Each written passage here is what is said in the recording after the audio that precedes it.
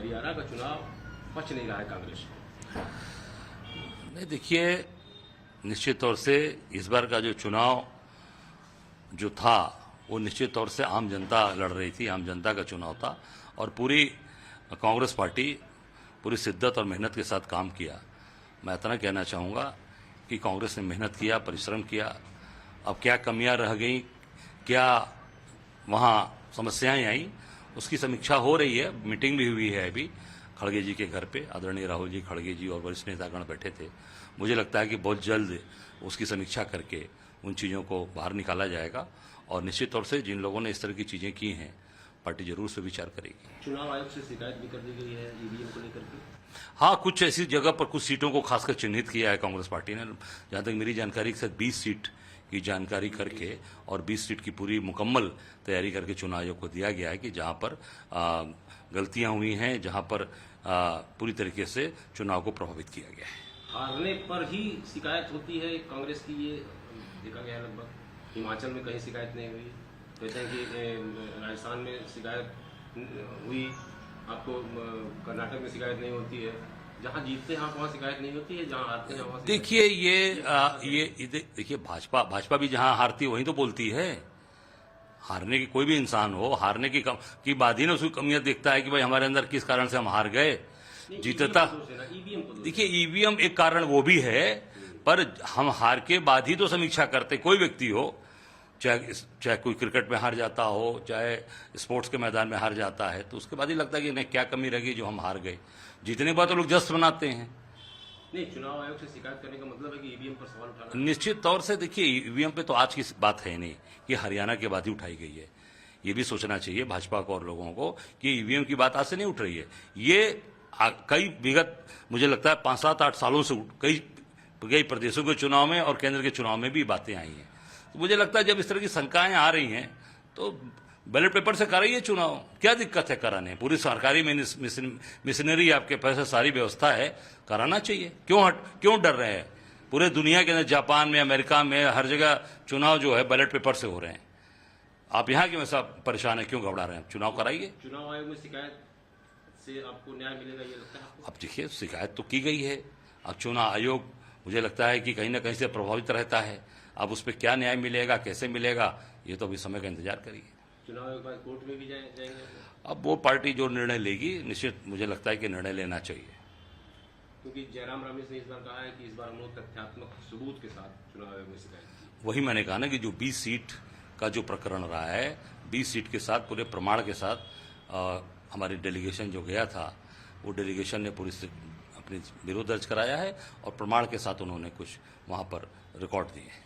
हरियाणा चुनाव में क्या राम रहीम और केजरीवाल को चुनाव के दौरान छोड़ा गया, ऐसा भी प्रभाव, ये भी प्रभाव था? निश्चित तौर से आप देख सकते हैं, राम रहीम को छोड़ने वाला व्यक्ति जिसने सबसे ज्यादा उनको पैरोल दिया, वो सुपरिटेंडेंट, उसको भाजपा ने टिकट दिया, वो विधायक हो गया। वो जिसने 5 या 6 बार उनको पैरोल दिया, वो विधानसभा उसको दिया, टिकट दिया भाजपा ने। तो ये पूरी तरीके से राम रहीम ने पूरी तरीके से भारतीय जनता पार्टी का साथ दिया है, काम किया है।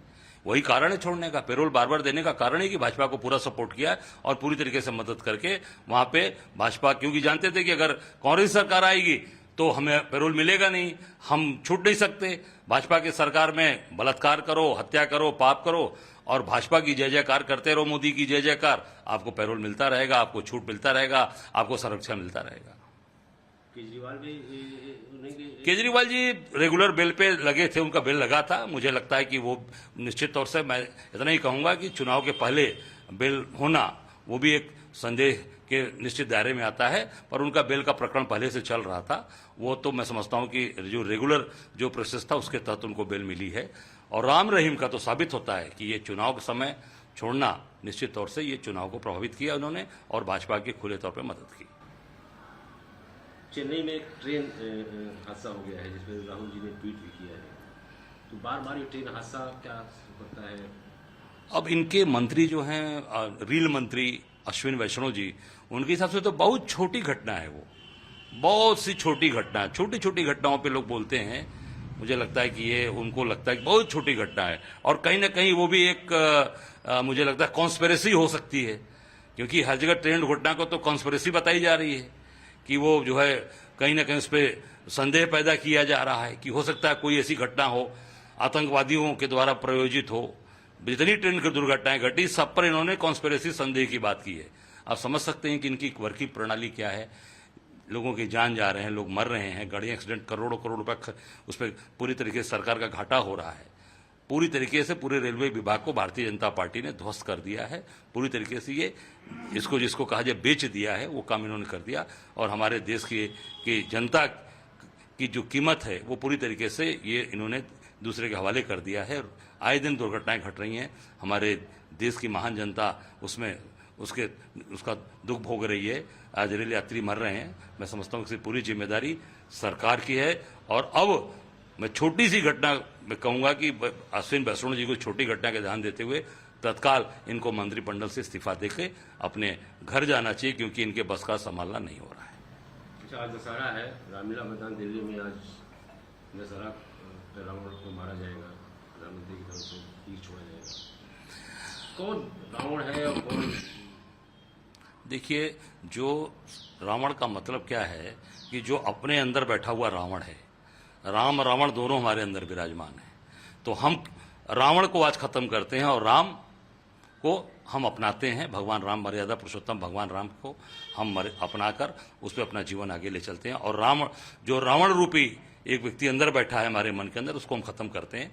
मेन संदेश यही है, भगवान राम ने यही संदेश दिया है, यही प्रभु ने कहा है। तो आज मुझे लगता है कि जो अंदर बैठा रावण है, जो निश्चित तौर से जो चीजों को पूरी तरीके से आज इंसान को बदलने का काम करता है, उसको आज खत्म करने का दिन है। आज मैं पूरे प्रदेशवासियों को, देशवासियों को आज इस दशहरे की शुभकामनाएं देता हूं, मंगल कामना करता हूं। For exclusive and insightful videos, subscribe to our new channel ABP Live Premium.